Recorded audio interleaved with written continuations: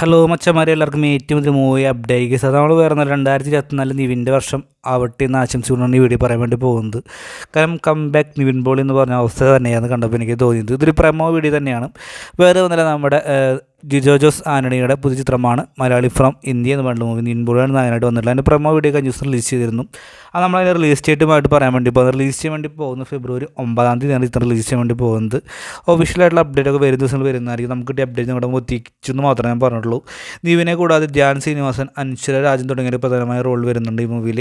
ഒരു നിവിൻ എന്ന് പറയുന്ന നടൻ്റെ ഒരു പഴയൊരു കാലഘട്ടം ഒരു തിരിച്ചറിവ് കണ്ടപ്പോൾ എനിക്ക് എങ്ങനെ തോന്നി, പ്രമോ വീഡിയോ കണ്ടപ്പോൾ. ഒരു പ്രമോ വീഡിയോ കണ്ടുകൊണ്ട് മാത്രം വലിയെടുത്തും സാധിക്കില്ലെങ്കിലും മാത്രം അങ്ങനെ സാധിക്കില്ല ഒരു ചിത്രത്തെ പോലും. എങ്കിലും ഞാൻ പറയുകയാണ്, ഇത് അതേപോലെ തന്നെയാണ് ചിത്രത്തിൽ ലഭിക്കുന്ന റെസ്പോൺസ് എങ്കിൽ നല്ലൊരു വിജയം, അല്ലെങ്കിൽ നിവിൻ പോളി എന്ന് പറയുന്ന നടൻ്റെ ഒരു തിരിച്ചറിവ് തന്നെയായിരിക്കാം 2024 സാക്ഷ്യം വഹിക്കാൻ വേണ്ടി പോകുന്നത്. അങ്ങനെ ആശംസിച്ചുകൊണ്ട് ഈ വീഡിയോ നിർത്തുന്നു. അതുവരെയും ബൈ ബൈ.